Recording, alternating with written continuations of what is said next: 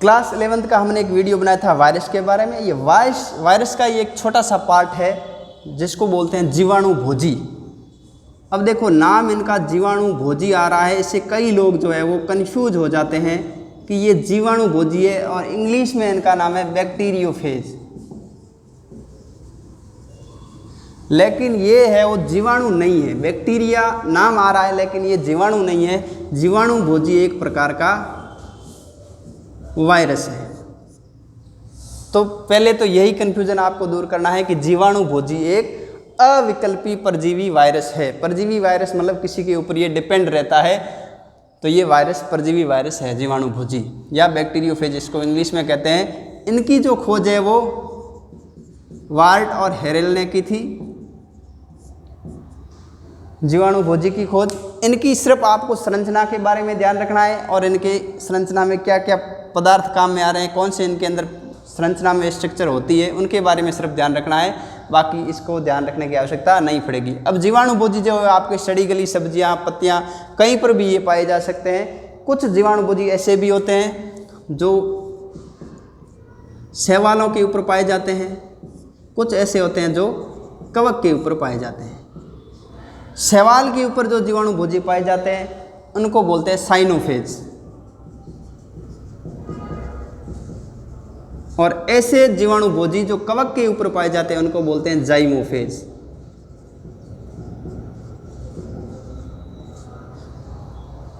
अब जीवाणु भोजी की यदि हम संरचना की बात करें तो आपको इस प्रकार की संरचना जीवाणु भोजी की दिखेगी।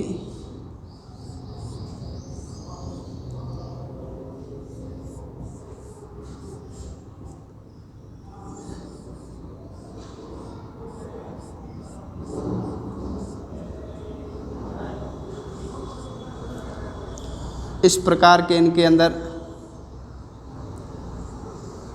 संरचना बड़ी इनकी खतरनाक दिखती है वास्तव में कि यहाँ वायरस के टाइप ये लगता है। ये संरचना ऐसी बड़ी है लेकिन इतना बड़ा ये होता नहीं है क्योंकि ये बहुत ही छोटा जीव होता है।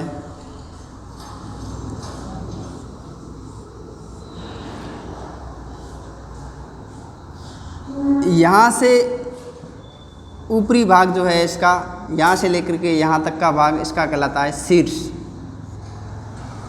बीच में जो ये है ये कहलाता है डिस्क, और ये जो इनके 6 पाँव बनाने हैं आपको इसके, तो इन 6 पाँवों को ध्यान में रखना है, इसको बोलते हैं पूंछ। इनकी अलग अलग स्ट्रक्चर आपको ध्यान में रखनी है। यहाँ से लेकर के यहाँ तक की जो है वो इनकी संरचना एंगस्ट्रॉम के अंदर मापी जाएगी, क्योंकि ये बहुत छोटे जीव है और छोटे जीवों को हमेशा एंगस्ट्रॉम में मापा जाता है। तो ये जो ऊपर की भागी है ये 80 एंगस्ट्रॉम के करीबन होता है। इसी प्रकार इनकी जो पूंछ है ये लंबे लंबे धागे समान दिखती है, सबसे लंबे यही है, 1500 एंगस्ट्रॉम के आसपास इनकी स्ट्रक्चर होती है। इसी प्रकार जो बीच में एक डिस्क नुमा संरचना है, इस डिस्क को जो है वो 200 एंगस्ट्रॉम के अंदर मापा जाता है। अब इनके अंदर होता क्या है, ज़्यादातर ये हेड वाला भाग जो है, हेड वाले भाग के अंदर बाहर की और संरचनाएं जो दिखाई दे रही है, इस प्रकार की संरचनाओं को कैप्सिड बोला जाता है। कैप्सिड एक प्रकार का प्रोटीन का आवरण होता है। इस कैप्सिड के अंदर बहुत छोटी छोटी प्रोटीन की इकाइयाँ होती है। उन छोटी छोटी प्रोटीन की इकाइयों को कैप्सोमियर्स बोलते हैं। ये प्रश्न खूब बार पूछा गया है।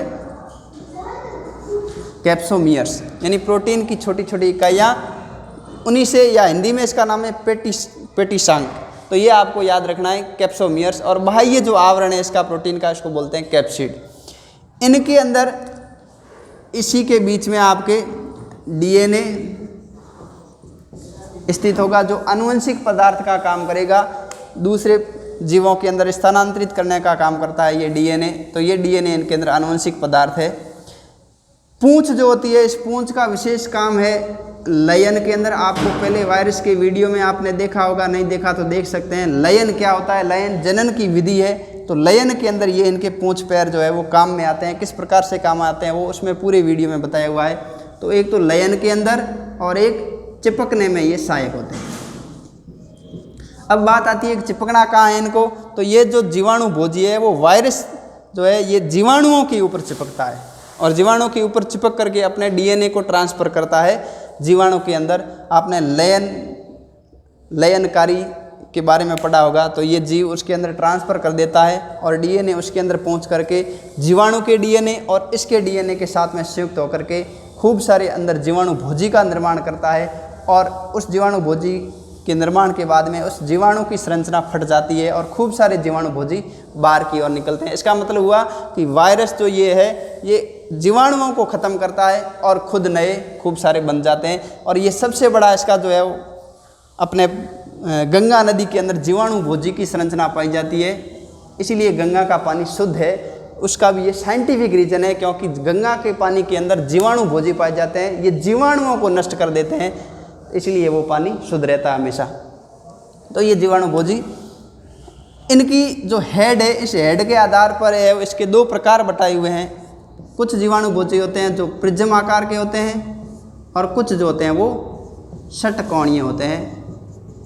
इनके भी आगे नाम आएंगे T1, T2, T6, ये प्रिज्म के आकार के होते हैं। T3, T4, ये सब के सब आपके षटकोणीय आकृति के होंगे, यानी हेड जो है इनका प्रिज्म के आकार का या षटकोणीय आकृति का हो सकता है।